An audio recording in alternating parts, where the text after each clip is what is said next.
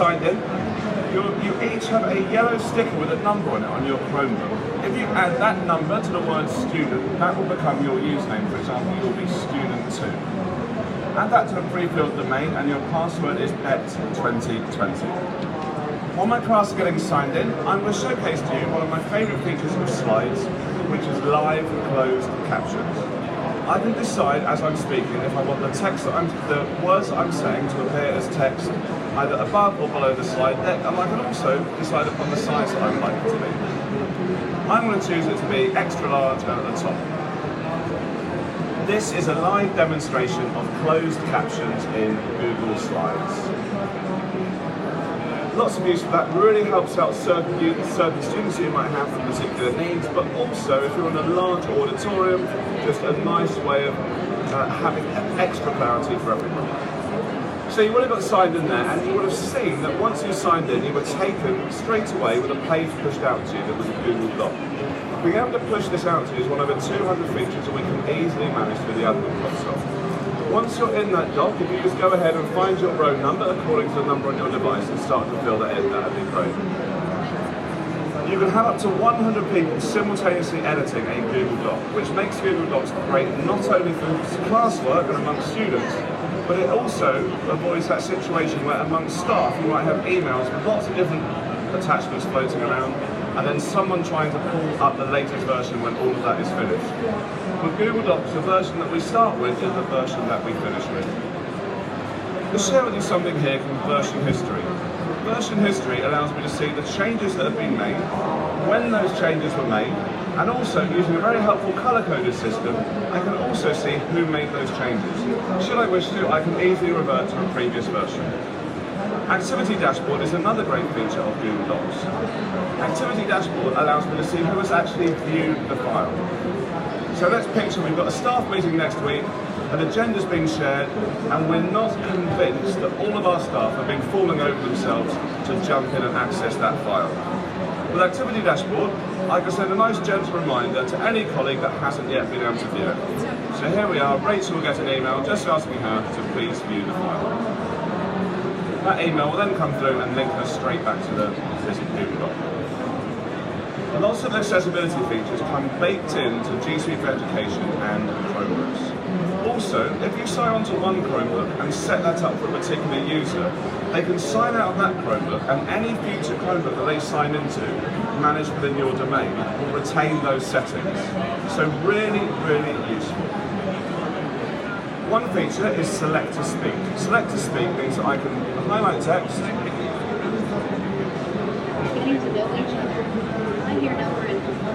okay, so all I had to do there was to click and drag, and that for me as a user, as I say, will be retained whichever device I sign into next. Voice typing is another great tool that runs throughout GSuite, and I can access it through the Tools menu here. When I grow up, I want to be a basketball player. That's still my dream, but I do fear that perhaps it is passing me by. I've got a similar dream to you, Mark, being able to retire. That would certainly be nice. Superman as well. How's that going, Josh? Yeah. Big fingers crossed. Or actually, maybe you can't reveal that to us now. We'll have to speak after. So, I actually work in a school myself. I'm at that school 4 days a week, and I've got lots of students within my school population that are EAL, so English isn't the first language that they speak. With Google Docs, I can translate an entire language into any, translate an entire document into any language of my choice. I can also use that to communicate with any families in my community where perhaps English isn't the language that they speak at home, and it's super easy to do. Through the Tools menu, you'll just see I can choose the language here, and I can translate it. I'm going to go for Finish. Once I choose my language, it will open up a new document in a brand new tab, and that's ready to go to share with those families. I do excuse the pun, but we have now finished with that Google Doc. You can close it down, safe in the knowledge that everything we do in Google Docs and in GSuite is automatically saved into your drive. We're going to jump in now to Google's flagship tool for education, which is Google Classroom. You'll notice you've got a shelf of apps pinned at the bottom of your Chromebook. If you just tap on the Google Classroom icon, you go straight to your Classroom dashboard. You've been pre-enrolled into this class, BET Design 2020. This might be the point at which you want to try the touchscreen. So just go ahead and tap on the class and that will take you straight into your stream of Classroom. When you're there, there's a little question that I really appreciate you took some time to answer. Google Classroom has picked up the word design class and it's applied an appropriate theme. If you want to customize it, you can also choose from a gallery of over 70 alternatives. You can also choose to customize it with a photo of your choice.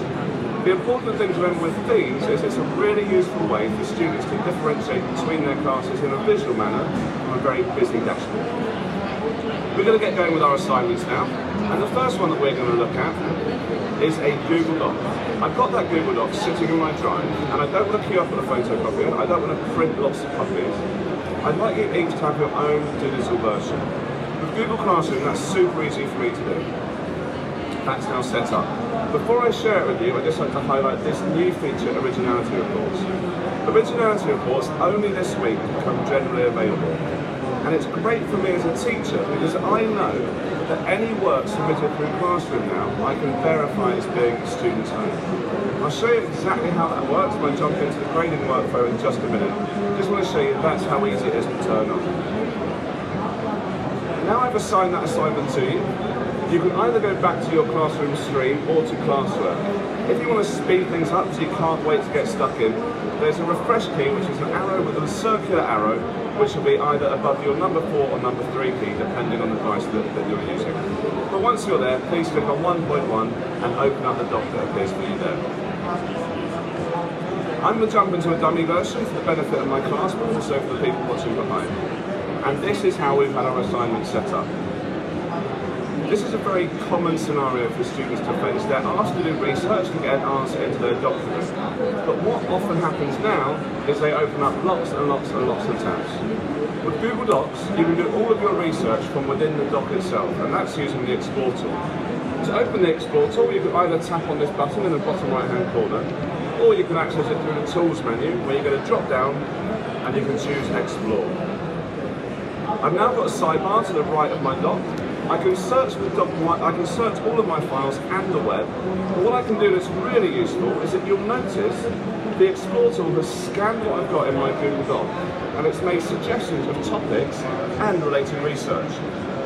In the interest of time, question 1 has been completed for you, but question 2 still needs an answer. This top piece of related research fits perfectly with what it's asking for. To get that in, all I need to do is to click and drag the text, and you'll see that that's now in my Google Doc. The eagle-eyed amongst you will have also seen that I've got a superscript 1 here. And what's brilliant about the Explore tool is not only have I got that text in, but you'll see that that 1 refers to a perfectly cited footnote referencing that external source that is now at the bottom of my Google Doc. I've also got images here, so I can click and drag that in, and that'll go into my question form. I'll leave you to work on that and I'll jump into that grading workflow. So this is how it looks for me when I go into this particular interface. I've got the assignment set and I want to give some feedback for a student. Using the power of comments, I can leave inline feedback for my students. They would then get a notification. That notification will then take them straight into that Google Doc to just the place that I want them to be at. So I just want to clarify that they know where Basil is. But this is the brand new feature. I mentioned that I've turned on Originality Reports. Originality Reports really quickly references this piece of student work against hundreds of millions of web pages, tens of millions of books. It will flag missing citations, ineffective paraphrasing, and any unintended plagiarism. Students and teachers can both run it on assignments, so we all know that work turned in is a student's own. And this is what those reports look like. It's a student work to the left-hand side, and I've got this summary on the right. I can click on one of the sections that's highlighted, and you'll see that the students' patches matches exactly something from the web. I can also see that this is what should be referenced. Jumping back into the student work, it is definitely missing a citation. So I'm going to close the report down, I'm going to highlight the text that needs to be referenced, and drop a comment in. At this time of my comment, I'm going to use the comment bank. The comment bank is a super useful tool for me because if you leave similar comments across assignments and across classes, you can have your own curated list of comments that you can very easily access. And the way that you access it is as simple as opening up a comment, typing in a keyword, in this case site, and you'll see that I've now got that comment going straight into my doc. I'm going to give the student a quick grade and return that to them. Using this grading window, I can very easily jump forward to the next student's piece of work. I haven't got to close it down. It's as simple as either choosing from a drop-down list or using the arrow here just to navigate through. If, by the way, you like the grading interface that is available within Classroom but aren't currently using Google Classroom, you can get all of these features with your current VLE using signing up for something called the Assignments Beta program. To do that, all the information is on this flyer. I'm going to go back into Classroom now and set up our next assignment. The next assignment, we're going to use Google Slides. Google Slides is one of my favourite tools in GSuite. It's so much more than a presentation tool. And when I share this slide deck with you, you will see one or two of the features that really add some extra functionality to a slide deck. This week, Google made rubrics generally available also. If you're not familiar with rubrics, the way that they work is they provide extra scaffold for a student when they're undertaking an assignment. This is how they look. You can set them up by category. For each category you can have levels, and you can also have very helpful level descriptors. So there's no uncertainty in the student's mind about what it is that you are looking for. That's been attached, you'll each have your own copy, and just like before, it's as easy for me just to press this button and that assignment will come out to you very shortly. If you're unfamiliar with navigating Google Classroom, I would always suggest just tapping on the name of the class in the top left-hand corner. That will take you back to the class screen, and that is where assignment 1.2 will be. If you go ahead and open up that slide there, I'll open up my own, and I'll show you how you might like to approach this particular assignment. My teacher here has asked me to insert an image of my favourite invention. I mentioned with Google Docs that we can use the Explore tool to do our research from the Google Doc, and we don't have to have lots of tabs open. With Google Slides, you can leverage the power of the Google image search from within the slide deck itself. Now, Rachel, who ran this demonstration before, her favourite invention is the internet. My favourite invention is slightly more basic, and it's sliced bread. Once I've got the pictures that I'm interested in, I can just click and drag those in, and that is now on my slide. Now, this is what happens with lots of my colleagues and lots of students.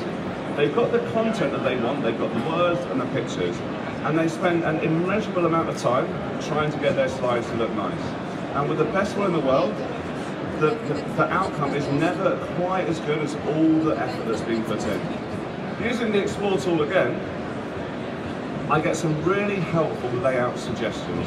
It's looked at my content and suggested these. I'm going to go for this one at the top in the interest of time. Jumping onto the next slide, I mentioned that Google Slides is much more than a presentation tool. I use it with my own students for an e-portfolio, and I always try to encourage them to express their understanding in a way other than just using lots and lots of text. With Google Slides, we can now insert an audio file from our drive straight into the slide deck. Just going through the insert menu, I've found my audio here. Now, you won't have any audio in your drive, however, I have shared something with you. So you can just go ahead and click on Insert Audio, and it'll be in your Shared with me. Once I've got the audio in the slide deck, I can then move that file around, I can resize it, and I can then share that with my teacher. I'm going to jump back into Classroom and start to give you some feedback, but this time looking at how I would use rubrics. So let's find some student work here. I'm going to open up student number 6. So I can see that student number 6, a bit of a slow start here, okay? But look at this, put a picture in now, this all happens live. So he's found a great picture, he's applied the Explore tool also. That looks fantastic, by the way. Applying the rubric, I don't have to leave this grading workflow, the rubric just appears for me here. If you forget what the level descriptors were, you can just tap on this drop down and I can see that is a comfortable level of mastery. So there we go, that's now going to be applied to the student score. As you click on each category within your rubric, so the score will be tallied for you. Let's jump on to the next slide. So it is missing the audio files, I'm going to give that a midpoint 7 out of 10. Overall, 17 out of 20, good job. And just to remind you, I'm not going to do anything else to go to the next student piece of work. I can very easily just click on this arrow and that will take me through. Okay, back into Classroom now. We're coming to the end of our lesson, and and I'd like to just check exactly what my students have learned from this class so I can plan my next class with them. There's no better way of doing this than with a self-marking Google form.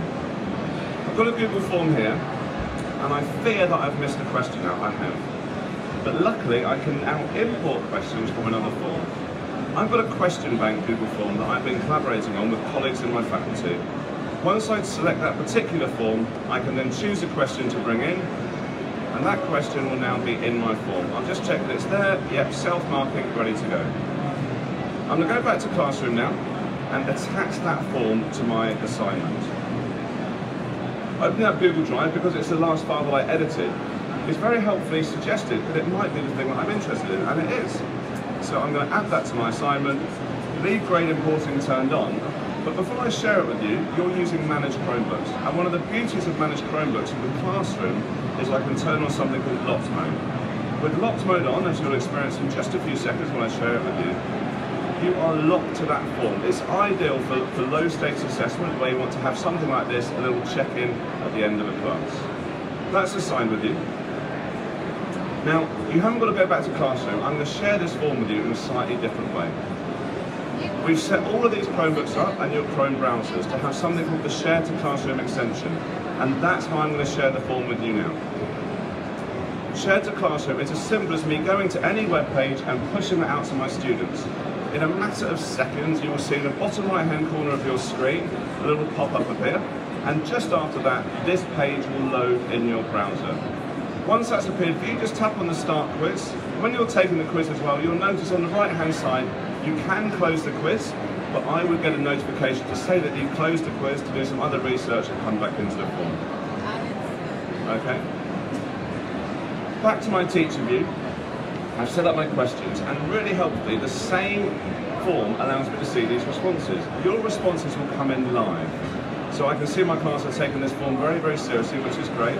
In the interest of time though, please don't worry too much about if you're getting it right or wrong. When the responses start flooding in, I'm sure any second now, I have a breakdown for the overall class summary. I can even get individual insights by question and by students. So scrolling down, you will see there's some really useful information here. I might want to focus on next class, the questions that are highlighted as, so most people, it looks like they're getting this question wrong, so I need to come back and address that next class. I'm going to go back to Classroom now and show you how easy it is to import those grades. It really is a case of just pressing on this button here, and those grades now sit in my Classroom gradebook. Gradebook in Classroom, very, very powerful. We've only done 3 assignments, and I haven't been able to mark all of your work so far. Over the course of a unit and over the course of a year, it's a really rich source of information. You can also weight things, for example, like if it's a homework task, the Google form, etc. Does anyone here use Sims at all as their MIS? Cool. So this week as well, there was a grade sync tool that has been launched. It's in beta, but Capita Sims is one of the MIS it's working with. And any grade that you have in Google Classroom, you can automatically synchronize to your school's MIS. So that's a huge time saver for teachers. It means they haven't got to enter the grades on Google Classroom and do something else in their MIS. It will all be done for them. I'm going to take my teacher hat on, and I'm going to put my data analysis hat on. Sorry, teacher hat off and data analysis hat on. I can see my boss has come back. She wants to check in that I'm doing this data analysis. Now, there are 1 or 2 things I've been asked to do, and I don't know how to write the formula to find it out. But with the Explore tool in Sheets, I can ask a question in natural language about my data. And what's amazing about this, so let's say for example, I wanted to find the top 5 Year 10 students by achievement points. All I'm doing, as you can see, is typing in that in just normal English, and running that, it converts it to a formula, gives me this table, and this is the formula that it is. If you were able to write that formula, then you're a better person than I am. But with Google Sheets and the Explore tool, we are all equal when it comes to spreadsheets. And I can very simply just click and drag that on. How good is that?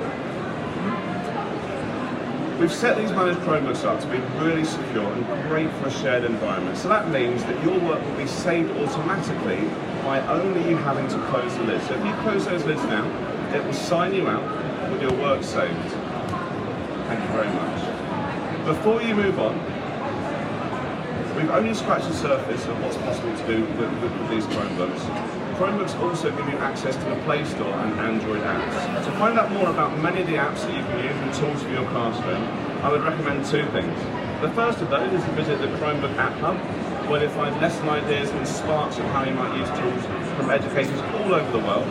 There's also a really helpful curated list of EDU-ready apps that you can filter by things like age group, subject, GDPR compliance, etc. The other thing that I would suggest you do if you have time is to explore the stand behind us, where we have the hubs on things like creativity with Chromebooks. We have covered a lot today, from that collaborative document at the start to a whistle-stop tour of Classroom and everything that you can do with these fast-starting Chromebooks. We also looked at the brand new features of Rubrics, Originality Checker and the MIS Sync. If you would like to have any of these resources and use them in your own schools or colleges, please take a photo of this URL, or write it down of course, where you will have access to the slide deck, Google Doc and the Google Sheet.